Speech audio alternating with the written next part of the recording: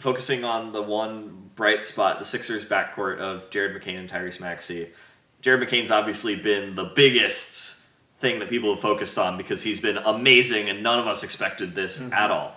But my question is, how viable is this backcourt? Because it's been brought up by reporters. We loved the clip of them interacting in the press conference, but it's the thing everybody's asking is, can you sustain this success with such a small backcourt?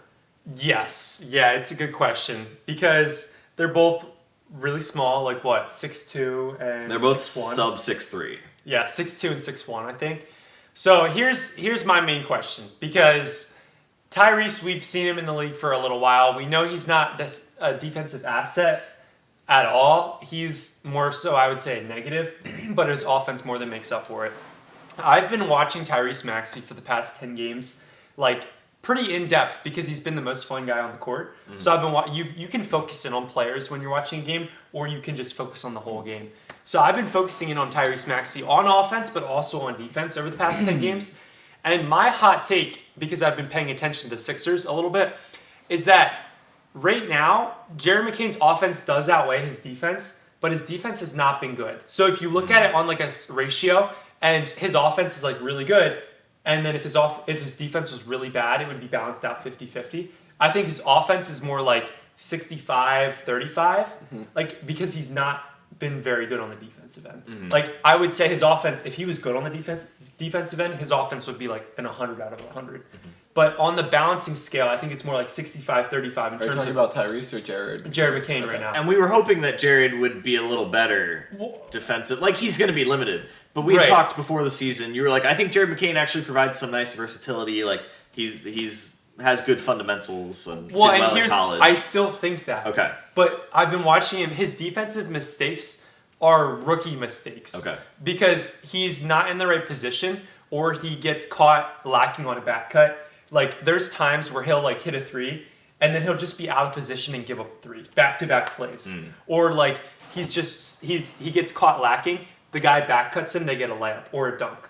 Or he closes out, but he's not in the right position on the closeout. So then they drive, kick it out for a three, get a three. But it was Jared McCain's fault because he closed out too hard. Yeah. So his defensive mistakes are things that he can fix. You know what I mean? So I think he's going to be solid on defense. Right now, he's a net negative because he just is not in the right spots. Like, you can tell he like his guy back cuts him, gets a wide open layup, and he's just like, yeah, that's my fault. Yeah. You know what I mean? Like, he's making those rookie mistakes right now. But he's only played, less than 15 games. Yeah. So I'm not too concerned about that. I think he can fix that. Like, it's all stuff that seems very fixable. He provides a little versatility on the rebounding end, more so than Tyrese Maxey. So I still think Jared McCain's going to be average on defense. Right now, he's in that negative, but I think he's going to be average. So in terms of like, but he's also had possessions. I don't know if you were watching the Hornets game, but he had possessions where he was getting posted up in the short block, in the short corner.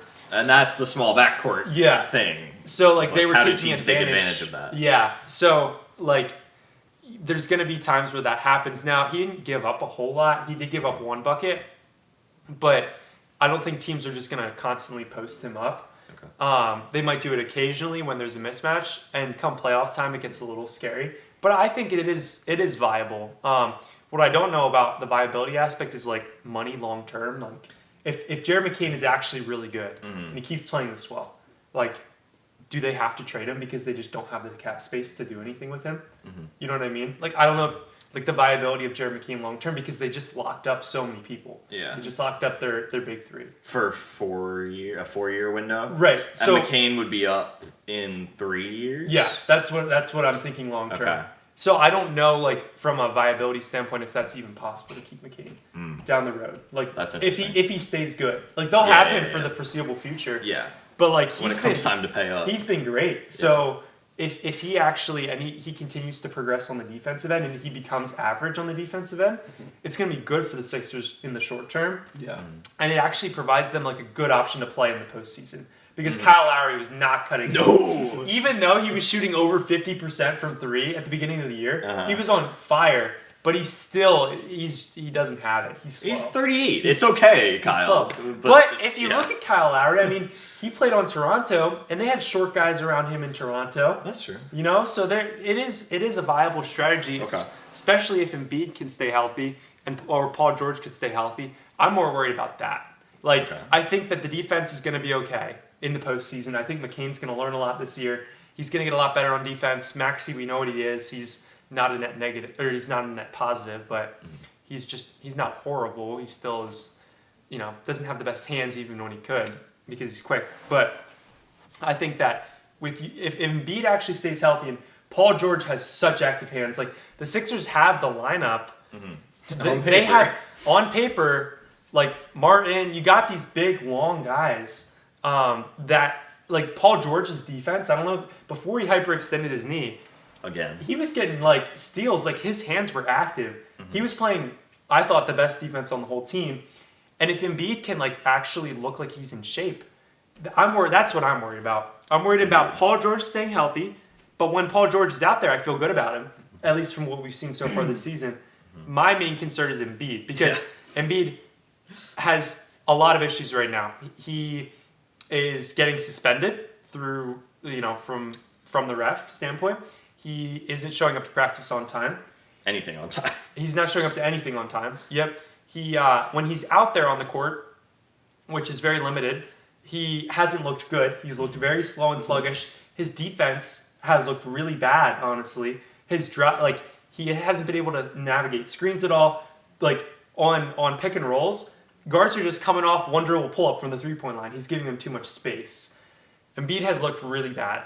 He's supposed to be the backbone and the leader of this team, and when your backbone and the leader of your team is looking like Embiid is looking, there's something wrong. Especially in basketball, where there's only 5 guys out there. Exactly. Yeah. Basketball, individual personnel is so crucial. Out hustled, out rebounded, outscored. He doesn't know what he's doing out there.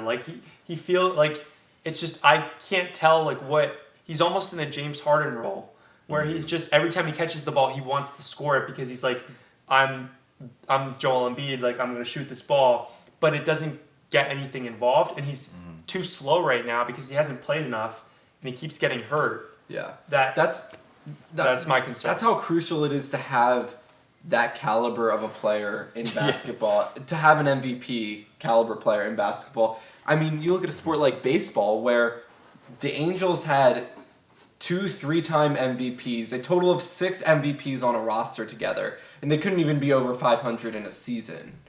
And then you look at a basketball team, and you have one player who has an MVP, has multiple MVPs, whatever you look at, and they can lead their team to a lot of success. Embiid is that player, and he needs to show up and be a leader, but he's not doing. That's my main concern. If he'll show up. The Embiid thing over the next 4 years, what is this going to look like? Because if this keeps happening, we're getting a little bit tired of it right now, right? I am at least. Even if he comes back and starts playing well, if he's not being a leader, there's going to be no cohesiveness on that court. Yeah, because what? Tyrese Maxey's the leader? Right? I think it's okay if Tyrese Maxey is the leader, vocally off the court, but on the court, you need your best player to be somewhat of a leader and a veteran. With Maxey the ball. Is not a veteran. He is. Is this his Maxey third year? seems more mature. He's 24. He's 24. Fourth year, I think. Fourth year? Yeah, 4th year. He's still young. He is so young. He's still relatively new to the NBA. And you got to show up to practice. That's important. That seems like a very basic. Yeah. Yeah, that we shouldn't even be discussing of a thing that needs to be done. Especially if you're a leader on the team. Imagine if Bryce Harper was showing up late to Philly's batting practice. What? That's not... And basketball is such a team sport. Yeah. Imagine if Jalen Hurts was just moseying in onto, practice a few minutes late, hour late. Yeah. Hey guys, sorry, I didn't mean to be late today. Slept in. Yeah. Or not putting in the time in the film room. Yeah, you'd be Jalen, showing up late to film sessions doing? or... You're the backbone. You're the leader of this team. You need to be in the earliest and out the latest. And I don't think it's a far-fetched speculation that part of the reason why Embiid keeps injuring himself is because maybe he's not putting as much time in in the rehab room, Agreed. taking He's care of his taking body. his LeBron body. spends millions on his body, and that's an extreme example. But Embiid is That's literally why he can play till he's in his 40s. yeah, he's an MVP caliber player,